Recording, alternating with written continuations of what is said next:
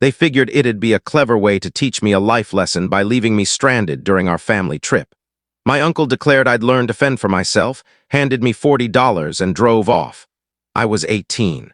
I didn't protest, I just hailed a cab. 9 years later, they showed up at my law firm's front desk, pleading for help. I stayed seated. I calmly told them security would show them out.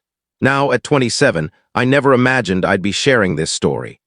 Recent events have made me rethink everything about family, trust, and the cost of trying to teach someone a lesson. 9 years ago, I was 18, fresh out of high school.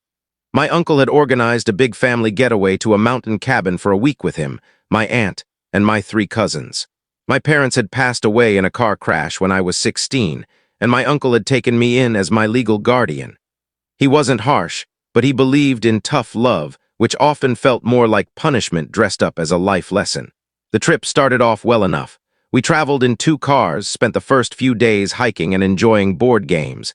It felt like the first real family moment since my parents' death. I should have seen the signs. On the 4th morning, I woke up to an eerie quiet. The cabin felt hollow. I called out for everyone walking through empty rooms. Their bags, clothes, even the food they'd brought, gone. All that remained was a note on the kitchen counter and 2 $20 bills. The note, in my uncle's handwriting, said they'd decided I needed to learn independence before college. This was my challenge. $40 to make it home, over 300 miles away. The cabin was paid for through the weekend, giving me 3 days to sort it out. He wrote that this would build essential skills and that he believed in me. I read that note for what felt like forever, my mind reeling. Part of me wanted to panic or break down. But a strange calm took over, a sharp clarity I'd never felt before. They thought leaving an 18-year-old in the middle of nowhere was a game, a way to build character. I didn't call them or beg. I contacted a taxi service and asked about the fare to the nearest bus station. It was $65.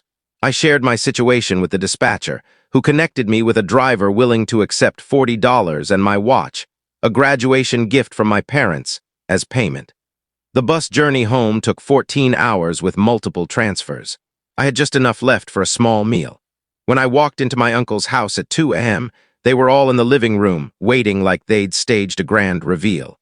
My uncle stood with a proud grin, ready to praise me for passing their test. I walked past them without a word and went to my room.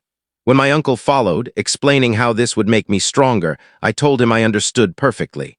I understood that family meant little to him, that he saw me as a burden he could manipulate. I was on my own.